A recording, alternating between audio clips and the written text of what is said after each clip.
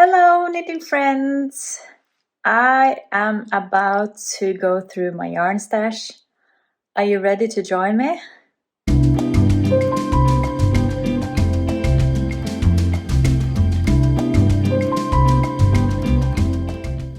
I'm quite excited actually to do this. I have been thinking about it for a long time, and now is the perfect timing as I'm preparing to move to a new home. So it's a great time just to pull everything out from its boxes and go through everything. And once I have moved there, I will organize everything in a suitable way. But for now, I will just go through, sort out, and have a kind of an overview of what I got. And then I will donate the things that I are not interested in keeping anymore. And the rest will, of course, come with me to my new home. So yeah, that is the plan. And I think that once I've pulled everything out and gathered it together, I will then decide how I will pack it down again. We will see. So, come on, let's go!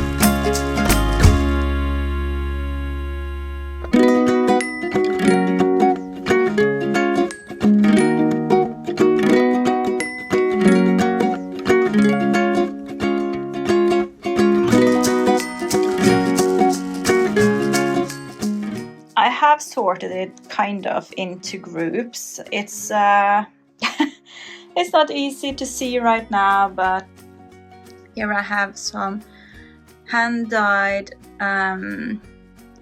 sock yarns or sock yarn sets, which I really treasure and have basically been kept as a gem in my stash. But I need to start working on those. And here are a couple of sweater quantities of fingering weight yarn. And here are all my single skeins of hand-dyed yarn.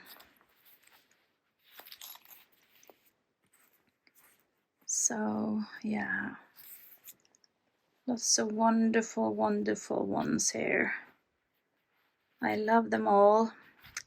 Even have some Christmas colorways, which I really would like to knit up for Christmas.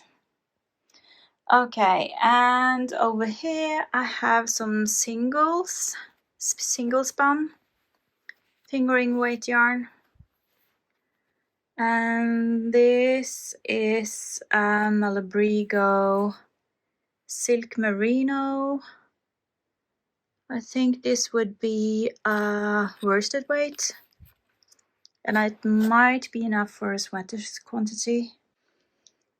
This is the yarn I just recently bought. It's a merino cotton. Here is the single cotton skein. I don't know what to do with that. This is the Cascade 220 that I am working my Farnham sweater out of. And yeah, here I've gathered all of my leftover yarn, the smaller ones. These are basically like indie dyed special ones that I've received through advent calendars or swaps, or just leftovers from my own hand dyed yarn. And this is the rest of it. I think these were from an advent calendar. Really cute. And here are also a little, all of these are leftovers from socks or shawls or other project I have knitted using fingering weight hand dyed yarn, or this is not hand dyed, but the rest is. So I think I want to keep these ones separate. They would be perfect for socks, for instance. And here I have my Wollmeise yarn. I think the blue ones here might be enough for a summer top. It's wool, but it's very cotton-like in the texture. It's very soft. This is also Wollmeise. I use this one as the base for my low note sweater. This is Wollmeise as well. And over here I have some very thin single spun wool. It's some leftovers from Holst yarn and some other like thin woolly wool. And I keep this in the box because I think it's like a goodie box. It's a candy box for me. It's so beautiful. Here is the rest of my thin wool. The Holst yarn, the super soft.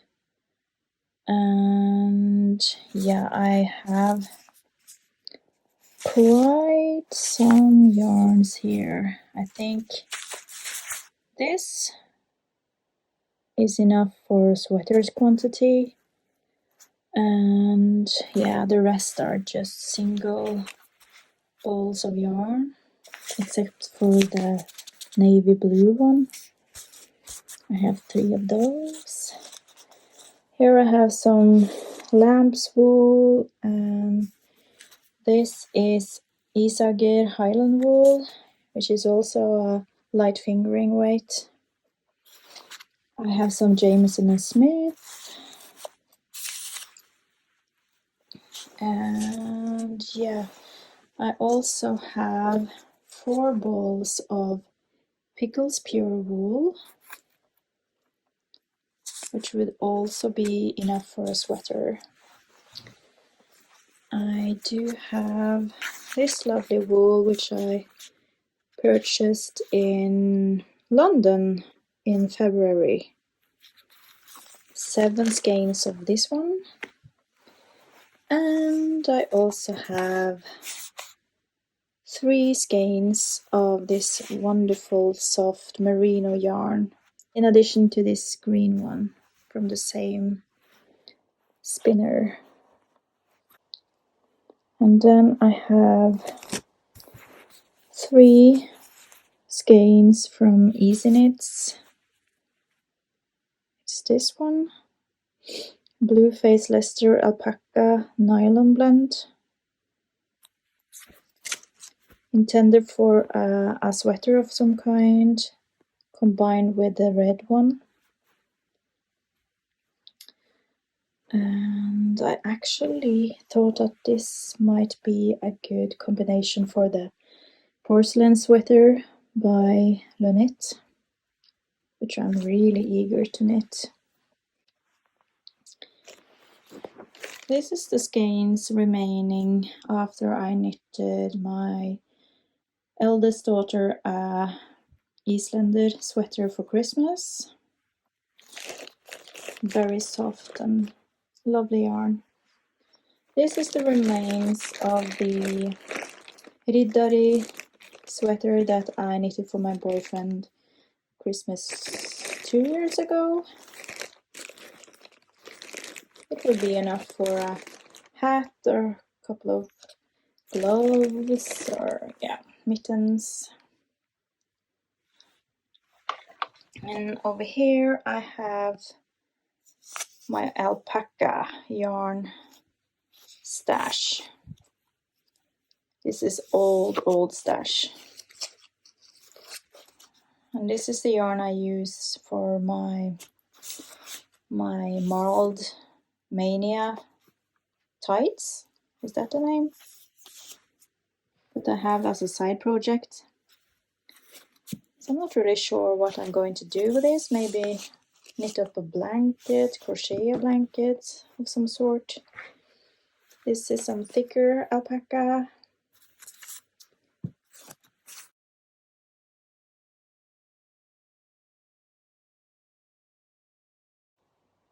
This is a discontinued base from Sannes, baby alpaca, and merino and polyamide, and some puno from Rauma.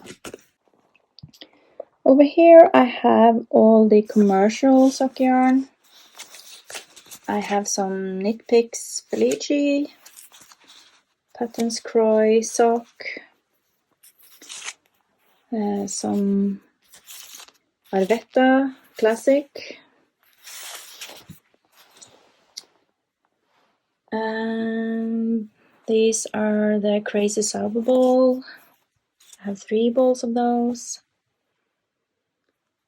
I also have a couple of other Lana Grossa. This is from Lion Brand. Sisu from Somnes, a really old one. Online. Yeah. Okay, and this is my collection of, I think you would say it would be worsted weight. It's Per Gynt. It's Selbu husflid garn, specially made for making Selbu mittens in all the traditional Selbu colors. I also have some thicker sock yarn for making thicker socks. Raggsokker, as we call it in Norwegian.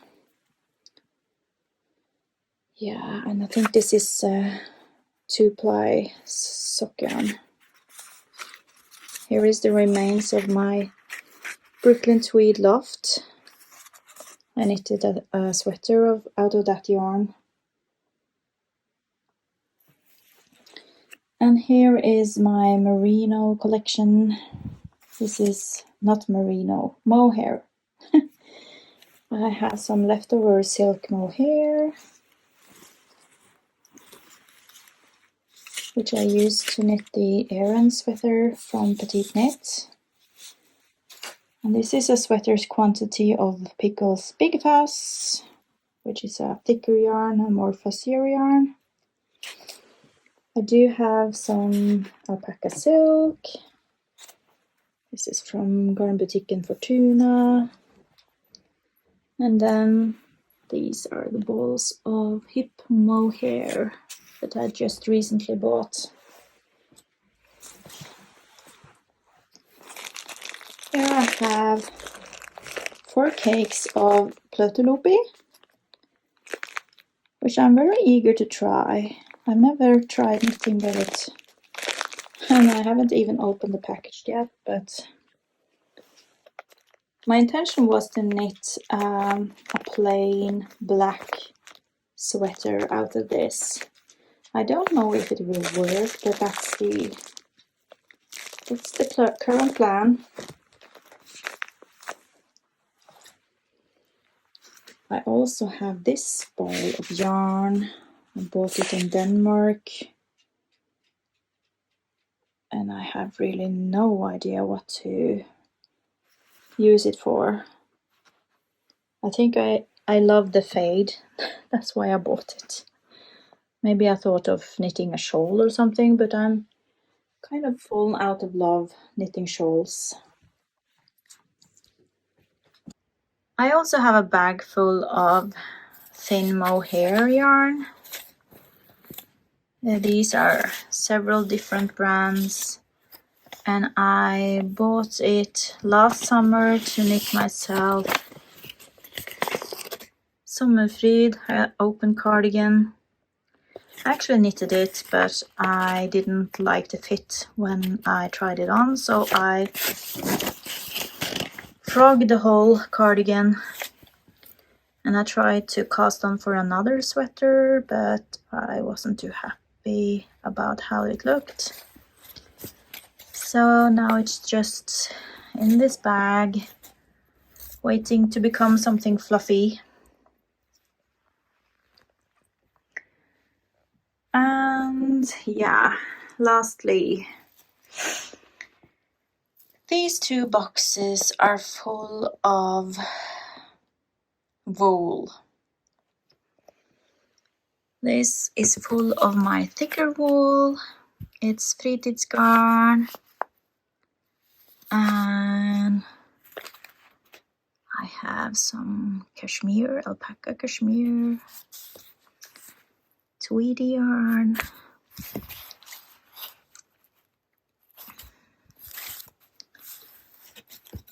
There's lots of like single skeins, and also something that I have more of.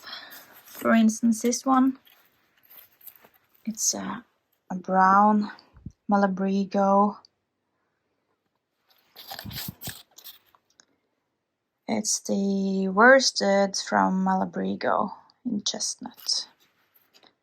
Might be enough for a sweater, I'm not sure. And here are the thinner wools like finer and large hanks of yarn, which I bought in Estonia, in Tallinn, some years back as a souvenir yarn. They have so much of this yarn in Estonia and the other Baltic countries. So yeah, this is a lovely cake of yarn that I bought from Verbit. It's hand dyed. Yeah, so yeah, you see there's a lot. And I haven't knitted much mittens lately, but I have lots of yarn to do so. And here are even more like thicker wool yarn. Yeah. And this bag is full of yarn that I have already put away for adoption. I will give it away to charity. It's yarn that I really don't enjoy working with anymore. Okay, wow, that's a lot. That's a lot.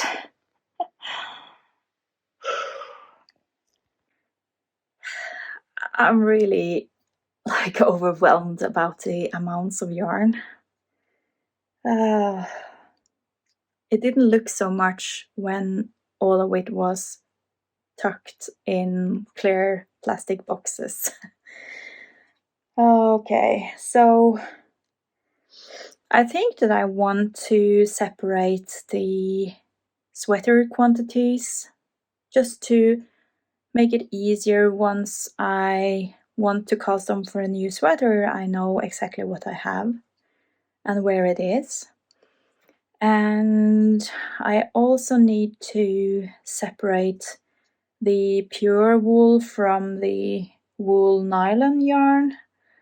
And yeah, I have been thinking for a very long time to put my stash into Ravelry in order to get a better understanding of what I got and also be able to pair it with potential new projects. I see that many other knitters have done the same successfully, so yeah, that's my plan now. So I will pull out my scale and log on to Ravelry and then get started on that process. So yeah, it might take a while, so wish me luck. And voila! Many hours later, almost all of my yarn has been entered into my Ravelry yarn stash. I won't lie, it took me several hours to do this, but I'm very pleased to have it all there.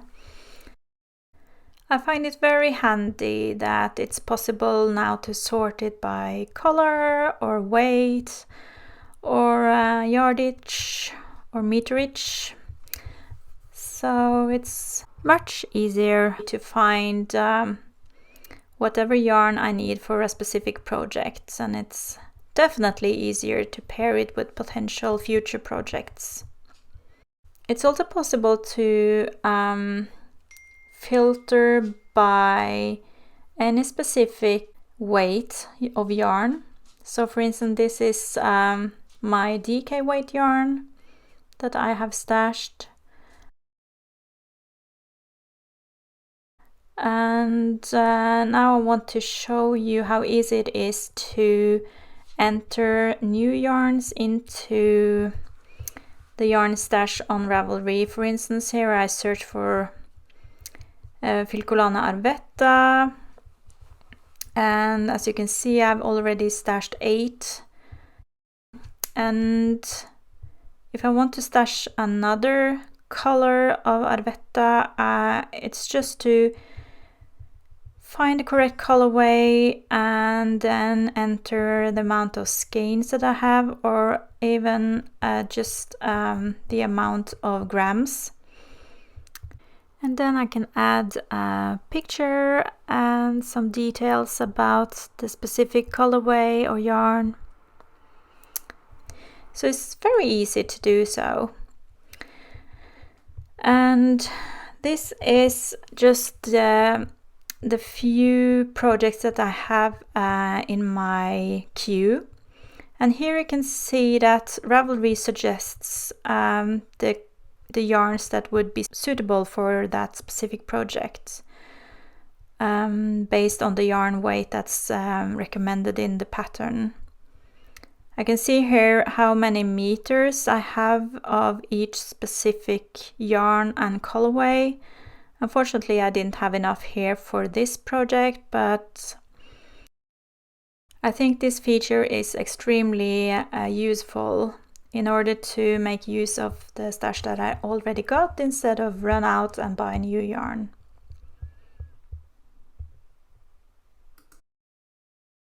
Hello, and welcome back to my home. which is a moving chaos at the moment. I had to kind of pause the sorting of all of the yarn for a little bit. I'm moving in just a couple of days now, and I have had the need to prioritize to pack a lot of other things. So my home is starting to get very empty. The bookshelf here is emptied, and yeah, there's so many moving boxes all over. It's kind of a chaos. But that's how it is. I got a sty on my eye. Can you see it? Yeah, so no makeup today. Anyway, I feel like I'm kind of completed on the task of going through all of the yarn and sorting it into categories, and I have put all of the kind of types of yarn that I feel belong together, so that it will be easier for me to find it once I have moved. And also I have kind of packed it a little bit intentionally with regards to what I want to use the yarn for. So I just wanted to quickly show you how the system is right now. Of course, once I have moved, I will find a new spot for all of my yarn. I'm going to put it on suitable shelves or units in the upper living room, and make a cozy space where I can have a chair and be surrounded by my woolly loveliness. So yeah, feel extra inspired to work on the things that I got. I'm very pleased about the effort I did to put everything into Ravelry, by the way. I can't wait to start use that system for what it's worth. Okay, I will show you now. So this is the current system. It might not look like much, but I have definitely a system here. So I will walk you through everything. And first of all, I had to put all of my commercial sock yarn into one cardboard box. And down here I have all of my single hanks of indie dyed yarn, including all of the sock sets that I had. And yeah, all of these could potentially, not this one, this shouldn't definitely be here. All of this could potentially become socks, because I need a lot of socks out of fingering weight yarn. But my idea now is to pull out one of these self-striping yarns that I really, really like and knit myself a pair of summer socks. And I'm also going to pay attention to one or two of these Christmas themed sock yarns. And as I talked about in my podcast episode, I am really eager to kind of always have a pair of Christmas socks on the needles for the rest of this year. So yeah, here they are all gathered.